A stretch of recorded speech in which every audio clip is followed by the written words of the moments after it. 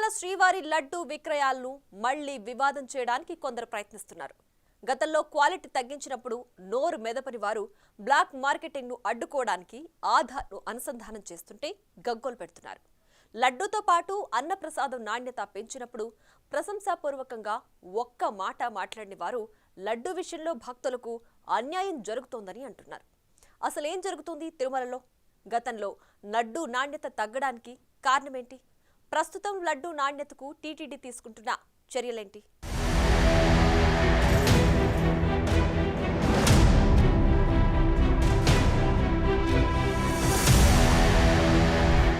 తిరుమల శ్రీవారి దర్శనం తరువాత భక్తులకు అత్యంత ప్రియమైంది తిరుమల శ్రీవారి లడ్డూ ప్రసాదం.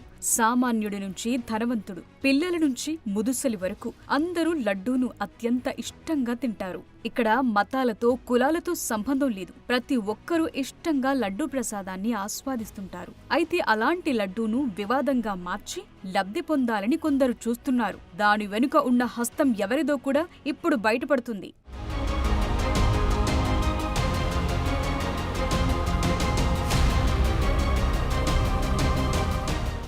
గత 5 సంవత్సరాల వైసీపీ పాలనలు టీటీడీ మొత్తం ఓ వ్యక్తి కనుసన్నల్లో నడిచింది. అతనే అదనపు ఈవోగా పనిచేసిన కేంద్ర రక్షణ శాఖ ఉద్యోగి ధర్మారెడ్డి. ఈవోలు, పాలక మండలి చైర్మన్ల కంటే ఆయన పెత్తనమే ఎక్కువ నడిచింది. తన హయాంలో భక్తులను పూచిక పుల్లలాగా చూశాడు. భక్తులకు అందే అన్ని సౌకర్యాలను కట్ చేశాడు. అప్పుడు కనీసం ఎవ్వరూ ఆయన్ను ఇదేంటని ప్రశ్నించలేదు. పైగా 100 మాగాదుల్లా భజన చేశారు. గతంలో టీటీడీ ప్రసాదాలతో పాటు అన్న ప్రసాదాలకు వినియోగించే నెయ్యి కర్ణాటక ప్రభుత్వ సహకార సంస్థ అయిన నందిని డైరీ నుంచొచ్చేది. అయితే వారికంటే తక్కువ రేటుకొస్తుందని ఉత్తరాది రాష్ట్రాలకు చెందిన నెయ్యిని తెప్పించాడు. దాంతో పాటు లడ్డూలో వాడే దినుసుల క్వాలిటీ కూడా తగ్గించేలా చర్యలు తీసుకున్నారు. అదే సమయంలో కరోనా రావటంతో లడ్డూల ఉత్పత్తికి తగ్గట్టు అమ్మకాలు లేకపోవటం, లడ్డూ ధరను 25 రూపాయల నుంచి 50 రూపాయలకు పెంచి అదనంగా ఇవ్వటం మొదలుపెట్టారు. నాణ్యత తగ్గించడంతో పాటు రేటు పెంచి లడ్డూలను విరివిగా సరఫరా చేశామని గొప్పలు చెప్పుకున్నారు. అదే సమయంలో క్వాలిటీ గురించి ప్రశ్నించిన వారిపై కేసులు పెట్టడంతో పాటు అలాంటి వారి సొంత ఊర్లకు పోయి వారితో అంతా బానే ఉన్నట్లు చెప్పిస్తూ వీడియోలు తీయించి మరీ పోస్టింగులు చేశారు.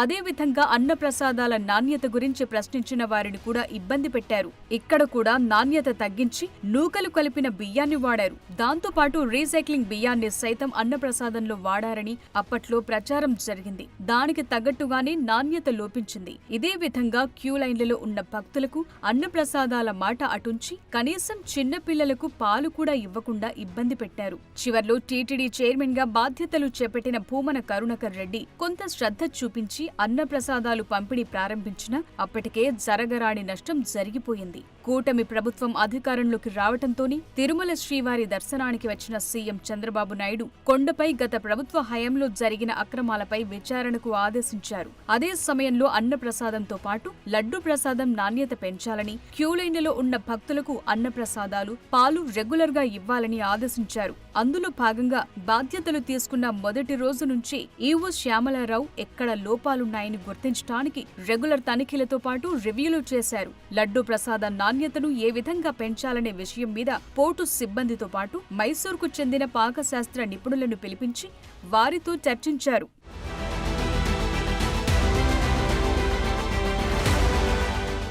ఈ సందర్భంగా పోర్టు సిబ్బందితో పాటు పాకశాస్త్ర నిపుణులతో పలు దఫాలుగా చర్చల తరువాత బయటపడ్డ విషయం ఏంటంటే లడ్డు ప్రసాదానికి వాడే నెయ్యి నాణ్యత లేదని తేల్చారు. నెయ్యి సరఫరా చేస్తున్న ఉత్తరాది డైరీలకు షోకాజులు పంపారు. అయినా ఫలితం శూన్యం. 70% నెయ్యిని సప్లై చేసే కంపెనీని బ్లాక్ లిస్టులో పెట్టారు. దీంతో పాటు కర్ణాటక ప్రభుత్వ రంగ కంపెనీ అయిన నందిని నెయ్యి సరఫరాను తిరిగి పునరుద్ధరించారు. ఇదే సమయంలో నిపుణులు చెప్పిన విధంగా దినుసుల క్వాంటిటీ కూడా పెంచారు. దీంతో లడ్డూ నాణ్యత పెరిగింది. తిరుమల లడ్డూ స్టేటస్ సింబల్ గా మారిపోయింది. కొంతమంది ప్రముఖులు లడ్డూను తమ వివాహ వేడుకలతో పాటు తమ కంపెనీల వేడుకల్లో పంచుతున్నారు. తాజాగా హైదరాబాద్ లో ఓ బడాబాబు తన ఫంక్షన్లు పంపిణీ చేయటం జరిగిందని సాక్షాత్తు ఈవో శ్యామలారావు తెలిపారు. శ్రీవారి లడ్డూ అంటే అది పవిత్రమైన ప్రసాదమని, ఫంక్షన్లలో పంచే స్వీట్ కాదని చురకలంటించారు. ఆశ్చర్యకరమైన విషయం ఏంటంటే కొన్ని పెద్ద పెద్ద పెళ్లిళ్లలో కూడా హైదరాబాద్లో హైటెక్స్లో జరుగుతున్న పెళ్ళిళ్ళు లాంటి పెద్ద పెద్ద పెళ్ళిళ్ళలో కూడా మనం దాన్ని ఒక స్టేటస్, తిరుపతి లడ్డూని ఒక స్టేటస్ సింబల్ లాగా ఉపయోగించి అన్ని లడ్డూలు పెట్టడం అనేది చూసి చాలా ఆశ్చర్యం కలుగుతుంది. ఇవి కూడా అబ్జర్వ్ చేసాం. అంటే దీనికి తిరుపతి లడ్డు అంటే స్వామివారి లడ్డు ప్రసాదం అంటే దానికి అది ప్రసాదం కానీ స్వీట్ కాదు, అది స్టేటస్ సింబల్ కింద ఉపయోగించడం అనేది ఎట్టి పరిస్థితుల్లోనే కరెక్ట్ కూడా కాదు. సో ఇలాంటివి కూడా మేము అబ్జర్వ్ చేసాం. ఇవన్నీ చూసిన తర్వాత అసలు పాలసీ ఏంటనేది చూస్తే పాలసీ అనేది మంచి పాలసీ. ఒక టికెట్కి ఒక ఫ్రీ లడ్డు, తర్వాత అన్లిమిటెడ్ లడ్డూస్ ఇప్పుడు 50 రూపీస్ కదా, 50 రూపీస్ టికెట్ ఉన్న వాళ్ళకి అన్లిమిటెడ్ లడ్డూస్ అనేది పాలసీ చాలా మంచి పాలసీ. కొంతమంది క్యూ లైన్లలో లడ్డూ కొనుగోలు చేసి బ్లాక్ లో అమ్మటమే పనిగా పెట్టుకున్నారు. అదే వారి వృత్తిగా మారినట్లు గుర్తించారు. దాన్ని గమనించిన ఈవో శ్యామలారావు, అదనపు ఈవో వెంకయ్య చౌదరిలు దానికి చెక్ పెట్టడానికి చర్యలు తీసుకుంటున్నారు. ముందుగా దర్శనం చేసుకున్న వారికి ఓ ఫ్రీ లడ్డూతో పాటు అదనంగా 4 నుంచి 6 వరకు ఓ వ్యక్తికి కొనుగోలు కౌంటర్లలో ఇస్తున్నారు. అదే సమయంలో దర్శనం దొరకని వారికి ఆధార్ అనుసంధానం చేసి 2 లడ్డూలు రోజుకు ఇచ్చే విధంగా చర్యలు తీసుకున్నారు. ఈ లార్జ్ స్కేల్ మిస్యూజ్ జరిగేది. దీని వలన మేము అబ్జర్వ్ చేసిందంటే, ఒకసారి అడిషనల్ ఈవో గారు ఇక్కడే ఉంటారు కాబట్టి ఆయన కూడా అబ్జర్వ్ చేసిందంటే, సంచులు తీసుకెళ్తున్నారు కొంతమంది వచ్చి, సంచులు దర్శనాలు లేకుండా. అలాంటివి కూడా ప్రాక్టికల్గా చూసాం. అలాగే విజిలెన్స్ సైడ్ నుంచి కూడా వాళ్ళు కూడా అబ్జర్వ్ చేశారు. దీంట్లో చాలా మిస్యూజ్ జరుగుతుంది. దీనివల్ల ఏమైందంటే, ఒక నంబర్స్ విషయానికి వస్తే రోజుకి 3.5 లక్షల లడ్డూలు మేము ఈ లడ్డూ కౌంటర్స్ ద్వారా డిస్ట్రిబ్యూషన్ చేస్తే సుమారుగా 1,00,000 లడ్డూలు టోకెన్ లేని వాళ్ళకి వెళ్తున్నాయి. సుమారుగా 1,00,000 లడ్డూలు టోకెన్ లేని వాళ్ళకి వెళ్తున్నాయి. అంటే యావరేజ్గా పర్ పర్సన్ టోకెన్ లేని వాళ్ళకి 5 వెళ్తే, యావరేజ్గా టోకెన్ ఉన్న వాళ్ళకి, దర్శనం చేసుకున్న వాళ్ళకి 3 వెళ్తున్నాయి. దానివల్లనే సాధారణ భక్తులు ఇబ్బంది పడుతున్నారనే ఉద్దేశంతో ఈ పాలసీ ఏదైతే ఉందో ఆ పాలసీని ఇంప్లిమెంట్ చేయాలి అనే దాంతో ఆధార్ లింక్డ్ చేసాం. ఆధార్ పెట్టడం వల్ల ఆ పాలసీని స్ట్రిక్ట్గా ఇంప్లిమెంట్ చేయడానికి కుదిరింది. లేకపోతే ఏంటంటే పక్క కౌంటర్కి వెళ్ళి ఇంకో 2 తీసుకోవడం, పక్క కౌంటర్కి వెళ్ళి ఇంకోటి తీసుకోవడం అనేది జరుగుతుంది. యూట్యూబ్ వీడియోలు కూడా ఉన్నాయి. ఎలాగ తిరుపతికి వచ్చి, తిరుమలకు వచ్చి ఏ విధంగా లడ్డూలు ఎక్కువ తీసుకోవచ్చు అనేది కొన్ని వీడియోలు కూడా చూశాను. ఇంతకుముందు రాకముందు చూశాను, వచ్చిన తర్వాత కూడా చూశాను. సో ఎలా తీసుకోవచ్చు అనేది సిస్టంలో ఉన్న లూప్ హోల్ని అందరికీ తెలిసిందే, మరి ఎందుకు చేయలేదో తెలీదు.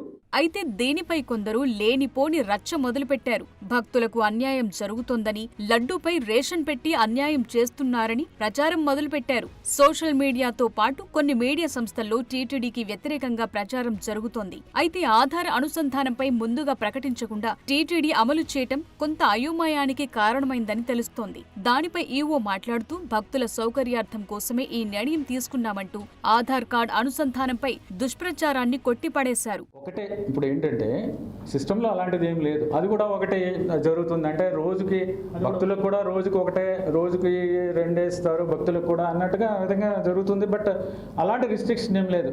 ఒకటే ఉద్దేశం అండి, ఎవరు కూడా దీన్ని కార్నర్ చేసి మొత్తం అంతా తమకే కావాలనేది సిస్టంలో ఉన్న లూప్ హోల్స్ని వెతికి పట్టుకుని దాన్ని 100 కొద్ది లడ్డూలు తమకే కావాలనుకున్న వాళ్ళకి కుదరదు. అది లేకుండా చేయడమే మా ఉద్దేశం. అంతేగాని నిజంగా జెన్యున్గా తీసుకున్న వాళ్ళకి ఇబ్బంది పెట్టకూడదనే మా ఉద్దేశం. అదేమి రిస్ట్రిక్షన్ లేదు. డెఫినెట్గా ఆ డేటా చూస్తాం, చూడకుండా ఉండము. ఆ డేటా చూస్తాము. ఒకే ఆధార్ వాళ్ళు నెల రోజుల్లో, లేకపోతే అలా పోయిన నెలలో ఎంత తీసుకున్నారు ఏమిటి, సో మరీ ఎక్కువ తీసుకున్నాడు, 1000 తీసుకున్నాడు, 2000 తీసుకున్నాడు అంటే దాని మీద ఒక టైంలో మళ్ళీ దాన్ని స్టడీ చేసి మళ్ళీ ఆ లూప్ హోల్ని ప్లగ్ చేయాల్సిన అవసరం ఉంది. సో ఓవరాల్గా ఏంటంటే మనకి సాధారణ భక్తులకి ఎక్కువ లడ్డూలు అందాలి, దర్శనం చేసుకునే వాళ్ళకి ఎక్కువ లడ్డూలు అందాలి, మిగిలిన వాళ్ళకి కూడా డిప్రైవ్ చేయకూడదు, రీజనబుల్గా ఇవ్వాలి. పర్ ఫ్యామిలీ ఒక 12 ఎంతో కొంత ఇవ్వాలి.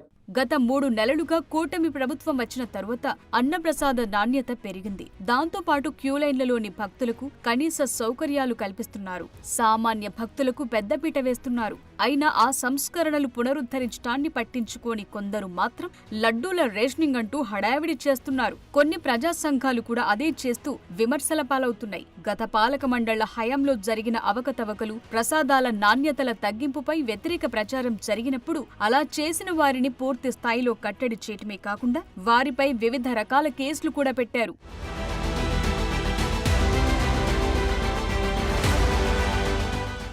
శ్రీవారి నిధుల గురించి సోషల్ మీడియాలో ప్రశ్నించిన ఓ జర్నలిస్టుపై అయితే ఏకంగా గంజాయి కేసు పెట్టారు. కానీ ప్రస్తుతం గాడిన పడుతున్న టీటీడీ పాలనపై మాత్రం విషం చిమ్మటానికి ప్రయత్నిస్తున్నారని కూటమి నేతలు అంటున్నారు. అధికారులు మాత్రం సీఎం చెప్పిన విధంగా సామాన్య భక్తులకు తాము పీట వేస్తున్నామని చెప్తున్నారు. అదలా ఉంటే గాడి తప్పిన వ్యవస్థలను తిరిగి ట్రాక్లో పెడుతున్నామంటున్న ప్రభుత్వ పెద్దలు ఎవరిపై కక్షపూరిత చర్యలొద్దంటున్నారు. అది అలసుగా తీసుకునే కొండపై కొందరు ఇప్పుడు ఇష్టానుసారం తప్పుడు ప్రచారాలు చేస్తున్నారన్న అభిప్రాయం వ్యక్తమవుతోంది.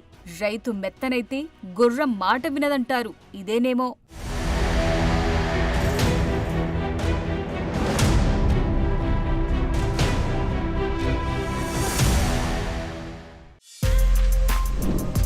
For more videos like this, subscribe Big TV channel.